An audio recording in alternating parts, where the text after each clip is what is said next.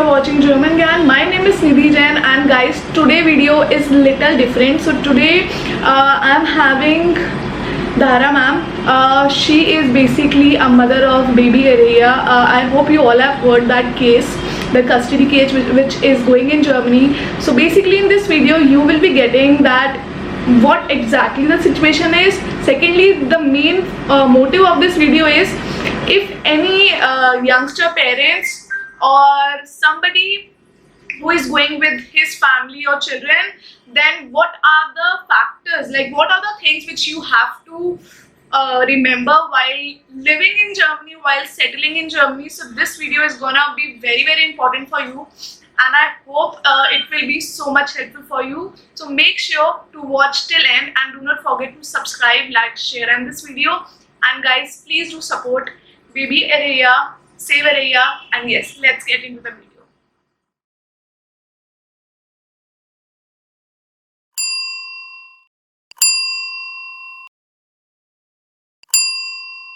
First question जो आपके लिए रहेगा धारा ma'am, the first question is कि आप बताइए कि आपके साथ एग्जैक्टली वहाँ पे हुआ क्या था। अरिया को बेसिकली उन्होंने कैसे लिया? देखिए, अरिया हमारी बेटी जब 7 महीने की थी, सितंबर 2021 की बात है, उसे एक्सटर्नल पेरिनियल इंजरी हुई। उसके डायपर में हमने ब्लड देखा, तुरंत ही हम डॉक्टर्स के पास लेके गए, मिडवाइफ को कांटेक्ट किया, वहाँ पे मिडवाइफ दी जाती है। 2 सेट्स ऑफ डॉक्टर ने उन्होंने चेक किया, रेगुलर पीडियाट्रिशियन एंड हॉस्पिटल में 4 से 5 डॉक्टर इंक्लूडिंग सर्जन, सब ने बोला कोई चिंता की बात नहीं है, there is no active bleeding, it could be hormonal bleeding, and हमें वापस भेज दिया। आफ्टर 5 डेज बच्ची एकदम ठीक थी, कोई प्रॉब्लम नहीं थी। हम सिर्फ फॉलोअप चेकअप के लिए गए थे वॉलंटरीली, लेकिन तब हॉस्पिटल ने बोला बच्ची को तो एक्सटर्नल पेरिनियल इंजरी है और चाइल्ड सर्विसेज को इन्फॉर्म कर दिया। फिर हमें कुछ दिनों बाद पता चला कि because of nature of the injury उन्होंने sexual abuse of the child suspect किया है। हमने बोला देखा ऐसा कुछ नहीं हुआ है, 7 महीने की बेटी, हमने कुछ नहीं किया। फिर हम वॉलंटरीली डीएनए दे के आ गए।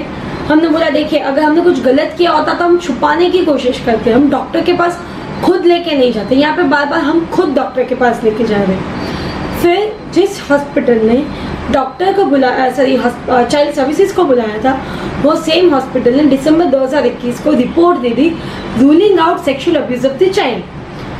फिर उनकी बेसिस पे जो पुलिस इन्वेस्टिगेशन स्टार्ट हुई थी वो फरवरी 2022 में विदाउट एनी चार्जेस बंद हो गई, और वो केस कोर्ट में भी नहीं था। हमें लगा जो मिसअंडरस्टैंडिंग थी, जिस वजह से बच्चे को लेके गए थे, वो क्लियर हो चुकी है, तो अब तो बच्ची दे देंगे। लेकिन चाइल्ड सर्विसेज ने हमारे पेरेंटिंग राइट्स डोमिनेट करने का केस चालू रखा। फिर कोर्ट ने हमें बोला कि आपकी साइकोलॉजिकल असेसमेंट करनी है, पेरेंटल एबिलिटी रिपोर्ट करना है। कोर्ट अपॉइंटेड एक्सपर्ट ने हार्डली 11-12 घंटे बात की, पर 1 साल बाद दिसंबर 2022 को रिपोर्ट दिया जिसमें इंडियन एंड वेस्टर्न कल्चर के मेजॉरिटी डिटेल्स थी, पर एट द एंड वो रिपोर्ट हमारे फेवर में है। उन्होंने बोला कि पेरेंट्स को पेरेंटिंग स्किल बहुत सारी जो है हमारे जो कल्चरल डिफरेंस पे है वो नहीं आती है, तो हम उसको पेरेंट चाइल्ड फैसिलिटी में बच्चे के साथ सुपरविजन में रखते हैं ताकि उनको सिखाया जाए, फिर इवेल्युएट किया जाए। कोर्ट की हियरिंग भी पूरा एक्सपर्ट ओपिनियन पे हुई, जैसे 11 घंटे हियरिंग चली, 9.5 घंटे कोर्ट अपॉइंटेड एक्सपर्ट की बात सुनी जो पूरी पेरेंटिंग स्किल पे थी। हमें सिर्फ 1-1.5 घंटा मौका दिया गया बोलने का, वो भी पर्सनल स्टेटमेंट के लिए, इंजरी पे कोई आर्ग्यूमेंट देने को अलाउ नहीं था। हमें लगा अभी पूरी चीज़ पेरेंटिंग स्किल पे चल रही तो एटलीस्ट वो हमें मिलेगा, क्योंकि वो तो रिकमेंडेशन फेवर में। लेकिन कोर्ट का ऑर्डर आया, उसमें उन्होंने कोर्ट अपॉइंटेड एक्सपर्ट जिनकी रिपोर्ट का 1.5 साल तक उन्होंने वेट किया, पूरा इग्नोर कर दिया और पूरा इंजरी पे डिसीजन दिया और हम पे ब्लेम डाला। कोर्ट ने बोला हमने कोई एक्सप्लेनेशन नहीं दिया है, विच इज़ नॉट ट्रू।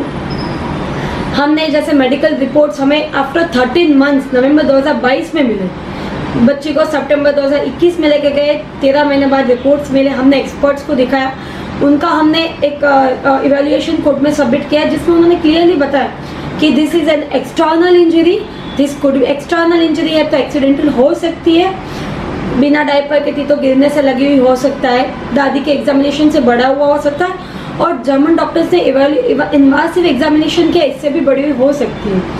हमें लैंग्वेज बैरियर हुआ, जैसे कि हम Gujarati basic Gujarati native speaker है, हिंदी बोल लेते हैं, पर हमें उर्दू पंजाबी ट्रांसलेटर दिया गया, जिसकी वजह से बहुत सारी मिसकम्युनिकेशन हुई। इसका एक एग्जांपल बताती हूँ। उन्होंने पूछा था आपने बच्ची को किसी को दिया था, सो हमने बोला बच्ची हमारे पास ही थी। सो फॉर हमारे लिए हम मतलब 4 लोग, पेरेंट्स एंड ग्रैंड पेरेंट्स जो घर पे थे, but I think Bihar, UP, Pakistan में हम मतलब वो आई गिनते हैं। सो वो उन्होंने वो इंटरप्रेट किया कि मदर बोलिए बच्ची मदर के पास ही, हमारे पास थी, इट मीन्स बच्ची मदर के पास ही थी, वो किसी को भी नहीं दे रही थी, अपने फादर या ग्रैंड पेरेंट्स किसी को भी नहीं, which is not true. So language issue की वजह से भी बहुत सारी चीज़ें हुई। उनके लिए ऐसा है कि गुजराती, हिंदी, उर्दू, पंजाबी सब इंटरचेंजेबल लैंग्वेज है, विच इज़ नॉट ट्रू। ये चारों अलग भाषा है। हमने सारी चीज़ें कोर्ट में डाली है, लेकिन कोर्ट ने ये सारे हमारे एक्सपर्ट ओपिनियन इग्नोर किए और एक तरफा मैं बोल सकती हूँ कि जजमेंट दिया, क्योंकि चाइल्ड सर्विसेज का ही जो पॉइंट था वो देखा, और अगर एक पक्ष की ही बात सुनी जाए तो जजमेंट भी ऐसे ही होगा। सो धारा मैम, मेरा आपसे नेक्स्ट क्वेश्चन रहेगा कि अगर कोई इंडियन कपल, जैसे कि मैं आजकल बहुत सारे इंडियन कपल्स को टीच करती हूँ, उनके बच्चों को पढ़ाती हूँ, और वो जर्मनी सेटल होने के पर्पज़ के हिसाब से जा रहे हैं। सो अगर मैं आपसे क्वेश्चन पूछूं कि एक्चुअली पेरेंट्स, कोई ऐसे यंग पेरेंट्स या कोई इंडियन फैमिलीज जर्मनी में शिफ्ट होने का प्लान कर रही है, या फिर वहीं पे अपनी मैरिड लाइफ स्टार्ट करने वाली है, या फिर वहाँ पे उन्हें डिलीवरी होने वाली है, तो ऐसे कौन से पॉइंट्स हैं जो उन्हें ध्यान रखने चाहिए, एंड आपकी जैसी सिचुएशन कभी लाइफ में उनके साथ ना हो। सो प्लीज़, ये बहुत इंपॉर्टेंट सिचुएशन है, आप प्लीज़ अगर मेरी ऑडियंस को बताएं तो बहुत ज़्यादा हेल्पफुल रहेगा। इस चीज़ के लिए मैंने कुछ नोट्स बनाए, तो मैं टाइम टू टाइम रेफर करूँगी। पहले तो यहाँ से जब हम बाहर जाते हैं ना, तो हमें पता नहीं होता कि वहाँ पे क्या चीज़ें हैं, क्या संस्था है। तो ये बहुत जानना ज़रूरी है लोगों के लिए कि जर्मनी में या ऐसे वेस्टर्न कंट्रीज़ में एक संस्था है जिनके पास पावर है कि वो बिना कोर्ट ऑर्डर बच्चे को लेके जा सकती है, माँ बाप से अलग रख सकती है, और यहाँ तक कि आपके पेरेंटिंग राइट्स भी टर्मिनेट कर सकते हैं। सोशल वर्कर, डॉक्टर्स, पुलिस, जिनके पास ये पावर है ना, वो बहुत सारी चीज़ों में रेसिज्म होता है या प्रेजुडाइज होते हैं। जैसे कि बैरियर्स हमें क्या क्या आते हैं, तो जैसे मैंने बताया कि लैंग्वेज इश्यू, जैसे हमें जर्मन लैंग्वेज नहीं आती थी, इंग्लिश में बोल लेती थी, और जो वहाँ पे ऑफिशियल्स थे वो इंग्लिश नहीं बोलते थे, तो लैंग्वेज इश्यू पे बहुत सारा मिसकम्युनिकेशन हो सकता है, जो मैंने आपको अर्लियर बताया। दूसरा, वो हमारी लाइफस्टाइल नहीं समझते, उनको हमारा कल्चर नहीं पता है। जैसे वेस्टर्न कंट्रीज़ में 30-40s की एज पे बच्चे करते हैं, और हमारे यहाँ पे जनरली 25-30 पे हम लोग बेबीज़ कर लेते हैं। तो उनके लिए क्या है कि अगर ये छोटी उम्र में मदर है तो वो इररिस्पॉन्सिबल होगी, या तो वो स्कूल ड्रॉप आउट होगी। दूसरा चीज़ क्या होता है कि हम लोग हाइट में, वेट में छोटे रहते हैं। हम, जैसे मैं 33 ईयर्स की हूँ, पर लोगों से मिलकर पता चला कि वो बोलते हैं कि आप नहीं लगते, तो उनके लिए ये लगता है कि अरे ये तो स्कूल ड्रॉप आउट होगी, ये एक छोटी बच्ची होगी, एक प्रेजुडाइज व्यू बना लेते हैं। ये एक चीज़ है। फिर हमारे वहाँ पे ज़्यादातर अभी भी हमारी संस्कृति में अरेंज मैरिज होते हैं, पर उनके वहाँ पे ये अरेंज मैरिज का सिस्टम नहीं है। तो वो समझते हैं कि अगर अरेंज मैरिज होते हैं ना, तो गर्ल के लिए फोर्स मैरिज होगी, हस्बैंड अब्यूज़ कर रहा होगा, फैमिली में उसकी कुछ चलती नहीं होगी, या वो बच्चों के लिए वो एटमॉस्फेयर ठीक नहीं होगा। ये उनका एक अरेंज मैरिज के लिए प्रेजुडाइज व्यू है, जो हमारे वहाँ पे ऐसा नहीं होता है, तो उन्हें हमारा कल्चर नहीं पता होता है। दूसरा, एक उनको लगता है कि हम जहाँ से आ रहे हैं इंडिया से, वहाँ पे हम बच्चों को बहुत मारते हैं, बच्चों की बात नहीं सुनते हैं, उनका व्यू नहीं लिया जाता। उनको ऐसा लगता है कि ऐसा होता है, बच्चे की कोई इंडिपेंडेंस नहीं है, विच इज़ नॉट ट्रू।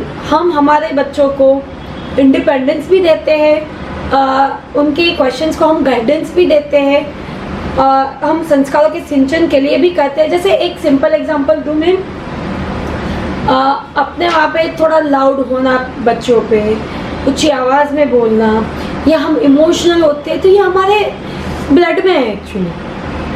और उनके वहाँ पे अगर आप लाउड हो रहे हो या रो रहे हो, तो आप मेंटली इनस्टेबल हो। जब अरिहा को हमसे दूर लिया जाता था। तो ये जेन्युइन है, अगर आप किसी भी माँ से उससे बच्चे को ले जाओ तो हम बोलेंगे अरे आप क्यों लेके जा रहे हो, मत लेके जाओ।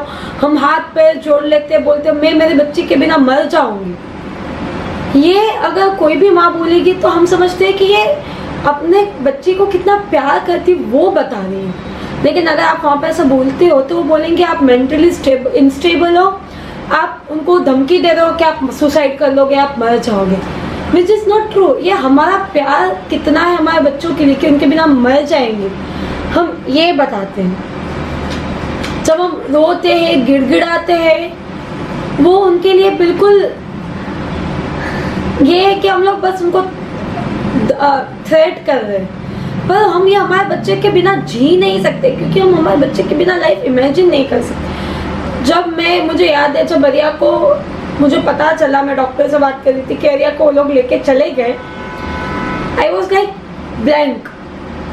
मैं अनकॉन्शियस हो गई थी, बेभान हो गई थी, जिनको बाद में पता this was a kind of, उनको लगता है मैं रो रही थी, क्योंकि मैं कभी भी किसी भी ऑफिशियल से बात करूँ आई वॉज क्राइंग कि मेरी बच्ची ठीक है, क्या हुआ, कहाँ पे है।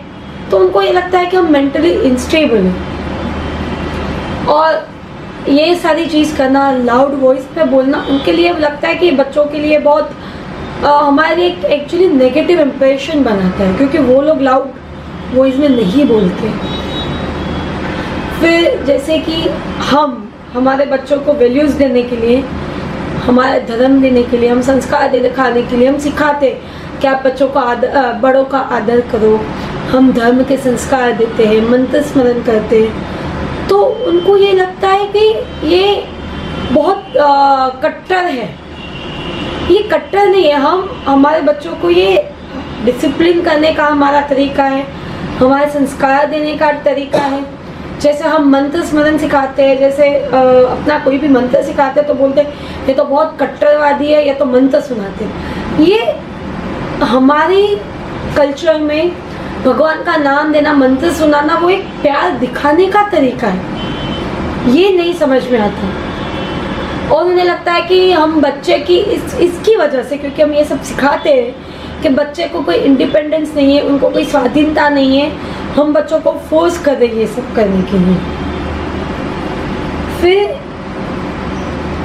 एक चीज़ जो हमें पता चली है कि लोगों को एक चीज़ जाननी चाहिए कि बच्चे को कैसे चोट लगी है, कोई चोट लगी है, आपको नहीं पता कि कैसे लगी है, तो आपको ये सारी चीज़ें, और आप अगर हॉस्पिटल खुद लेके जाओ, आपके पास आंसर नहीं है, आप खुद कंफ्यूज हो, तो आप पे ब्लेम आ सकता है कि आपने बच्चे को अब्यूज़ किया है। जनरली इंडिया में क्या होता है कि हम डॉक्टर के पास लेके जाते हैं कि अरे बच्चे को ये हुआ है, पता नहीं क्या हुआ, बट वहाँ पे आपके पास अगर कोई कॉन्क्रीट एक्सप्लेनेशन नहीं हो तो आप पे ही चार्जेस लग जाते हैं बच्चे को अब्यूज़ होने की। और एक बार जब बच्चा ले लिया जाता है तो ये सिस्टम ऐसी है कि पूरा अजम्पशन बना लेती है कि पेरेंट्स की गलती है।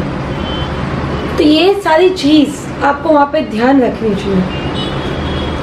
दूसरा, ये सारी चीज़ें ज़्यादातर यंग पेरेंट्स के साथ होती है। जैसे हम हैं, जैसे हमारा फर्स्ट बेबी है, यंग पेरेंट्स हैं। इंडिया में जैसे क्या होता है कि अगर आपका पहला बच्चा है तो आपके पास फैमिली का सपोर्ट होता है, कोई ना कोई तो घर पे होता है फैमिली मेम्बर जो बच्चे का ध्यान रखे। अगर मदर कुछ काम करी है तो कोई ना कोई ध्यान रखता है, तो एक्सीडेंट्स होने के चांसेस बहुत कम है। जैसे यहाँ पे नहलाने के लिए, मालिश के लिए हमारे एल्डर्स हमारे पे तो हमें आदत नहीं होती है। जैसे वहाँ पे कुछ होता है कि बच्चे को आपने रखा, वो रो लग करके गिर गया, सिर पे चोट लग गई, तो हमें यहाँ पे जितना सपोर्ट सिस्टम है वहाँ पे नहीं है, जिसकी वजह से भी पेरेंट्स को, बच्चे को चोट लग जाती है, पर पेरेंट्स को उसके लिए ब्लेम किया जाता है कि आप निग्लिजेंस। तो ये डिफरेंस कि अगर यहाँ पे सपोर्ट के साथ हमारे लिए बहुत ईजी हो जाता है।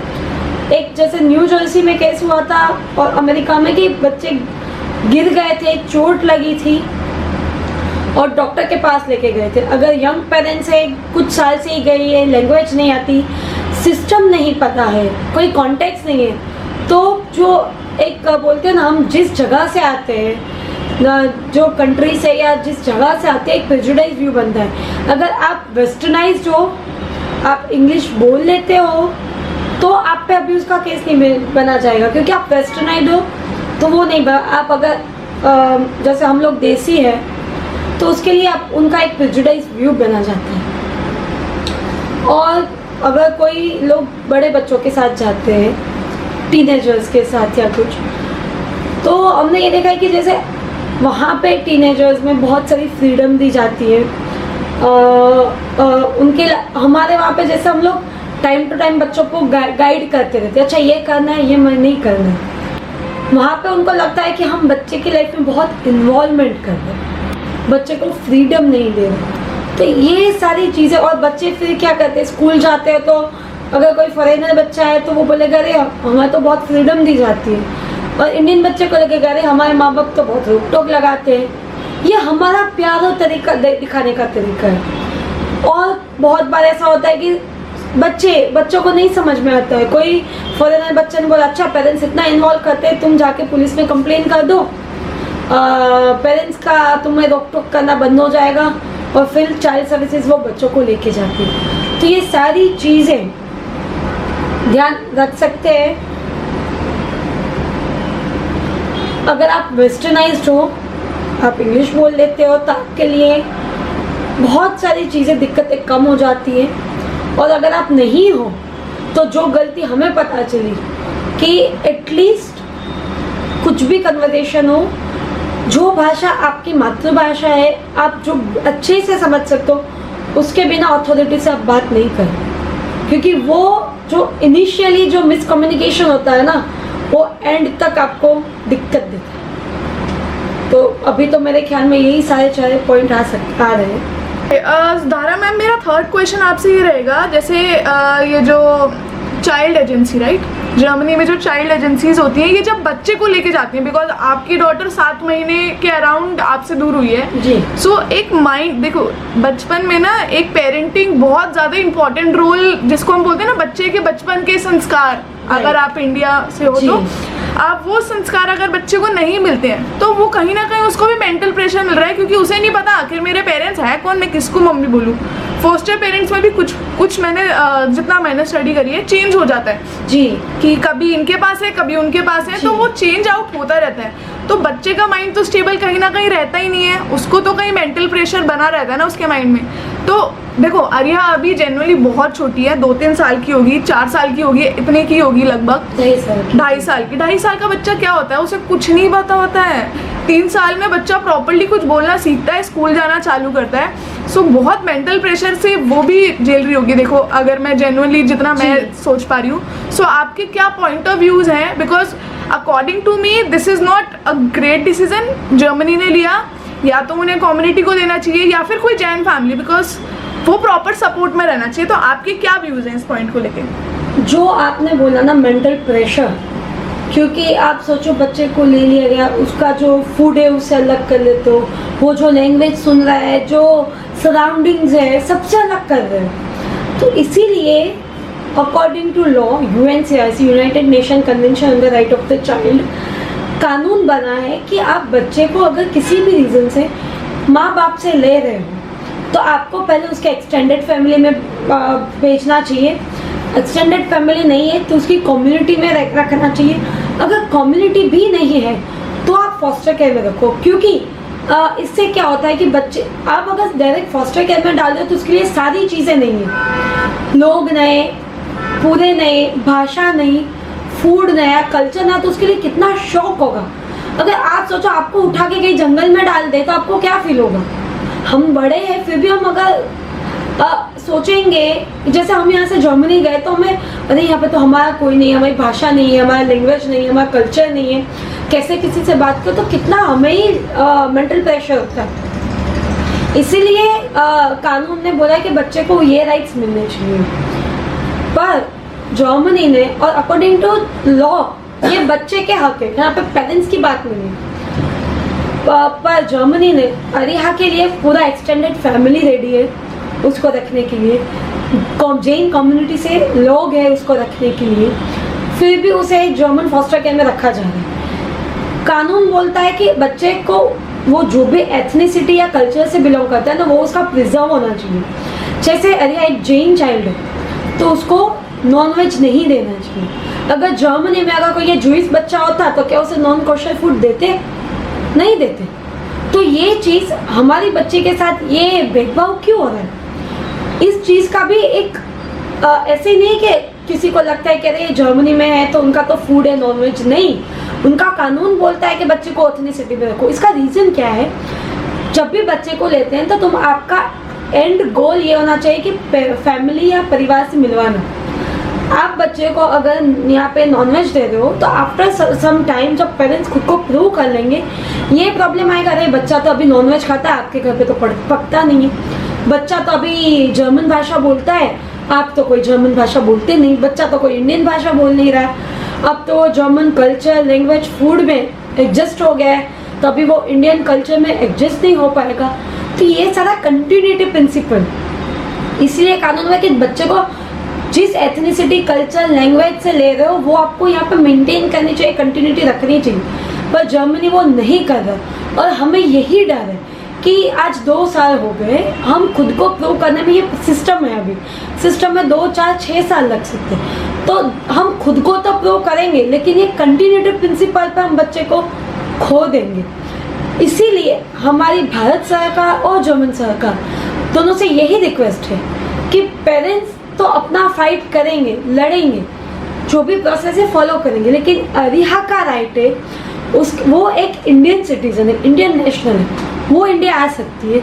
उसने जर्मनी में कोई क्राइम नहीं किया तो जर्मनी उसे जबरन नहीं रख सकती। जर्मनी उसके linguistic, cultural, religious, social rights preserve नहीं कर पा रही, तो वो एटलीस्ट उसे इंडिया भेज दे। इंडिया में हमारी भारत सरकार ने ऑलरेडी एक इंडियन परिवार आइडेंटिफाई कर लिया पूरा लीगल प्रोसेस के साथ, तो अरिहा को एटलीस्ट यहाँ पे रखा जाए। एक चीज़ जो आपने बताया कि फॉस्टर पेरेंट्स चेंज होते हैं, यस, अरिहा के साथ भी ऐसा हुआ है। वो जब 7 महीने की थी हमसे ले ली गई, she was with a 65-year-old German lady, 20 महीने तक ऑलमोस्ट उनके पास रही। अभी 2 महीने पहले चाइल्ड सर्विसेज ने वहाँ से उठा के उसे एक चिल्ड्रन सेंटर में डाल दिया, which is generally for mentally retard and special need child. जब हमने चाइल्ड सर्विसेज को पूछा, यूंगर नाम को पूछा कि आपने बच्चों को ऐसे इंस्टीट्यूट में क्यों रखा है जो स्पेशल नीड बच्चों के लिए, तो उन्होंने बोला because she belongs to Indian culture, ये उसकी स्पेशल नीड है। सो हम इंडियन कल्चर से ये उनको as a culture special need समझते हैं। इससे तो बच्चे जो नॉर्मल है उसके डेवलपमेंट में, मेंटल ग्रोथ में प्रॉब्लम हो सकता है।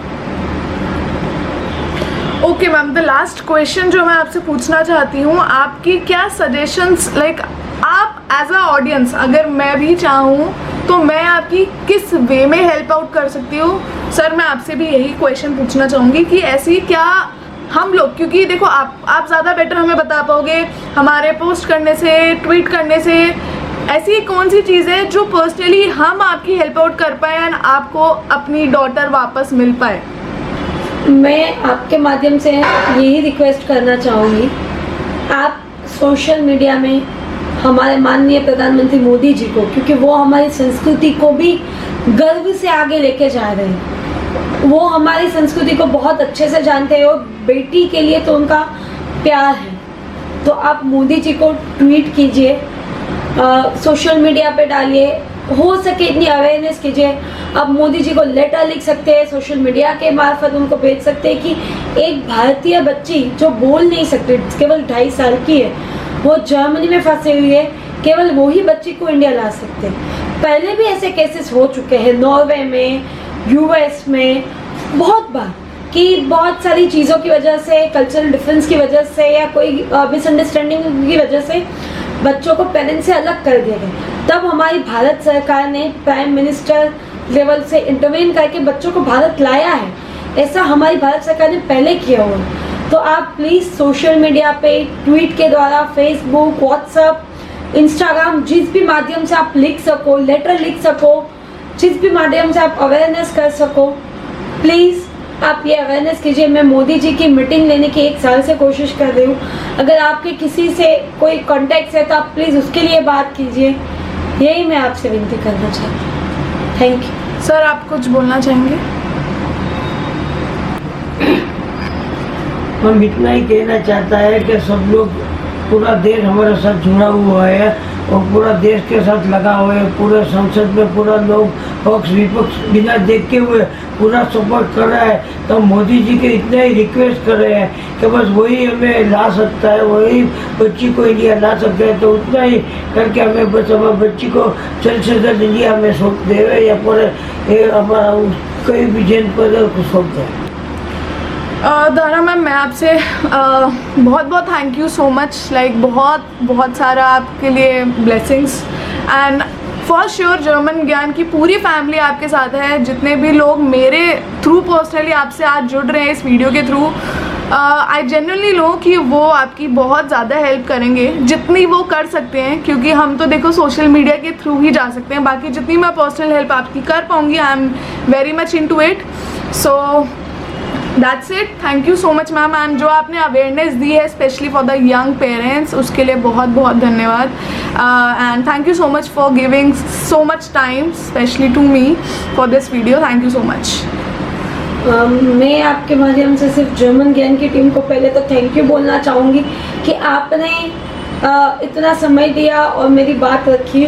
और ये सारी चीज़ों की वजह से अगर लोग अवेयर होते हो, कोई एक भी बच्चा बचता है ये सिस्टम में फंसने से, तो उससे ज़्यादा हमारे लिए वही बहुत है, क्योंकि हम जानते हैं कि ये कितना डिफ़िकल्ट है। तो एक भी बच्चा बचता है तो हमारे लिए बहुत मदद। Thank you ma'am. Guys, I hope you like this video and you have heard the exact scenario which I have like Dara ma'am has given to you. This video, thank you so much Dara ma'am first of all for giving me so much deep information. I am looking forward that very soon you will be getting your daughter back. I also pray to God and I request German Embassy to give you your daughter back. So guys, thank you so much for watching this video and do support in the campaign which is going on Save Raya. See you in the next video. Till then, keep following German Gyan. And if you are looking for any German language classes for A1, A2, B1, B2, for teacher training program, for exam preparation, for interview preparation, then yes, German Gyan is a one-stop solution for you all. Thank you so much. See you in the next video. Till then, keep learning German with German Gyan. Take care.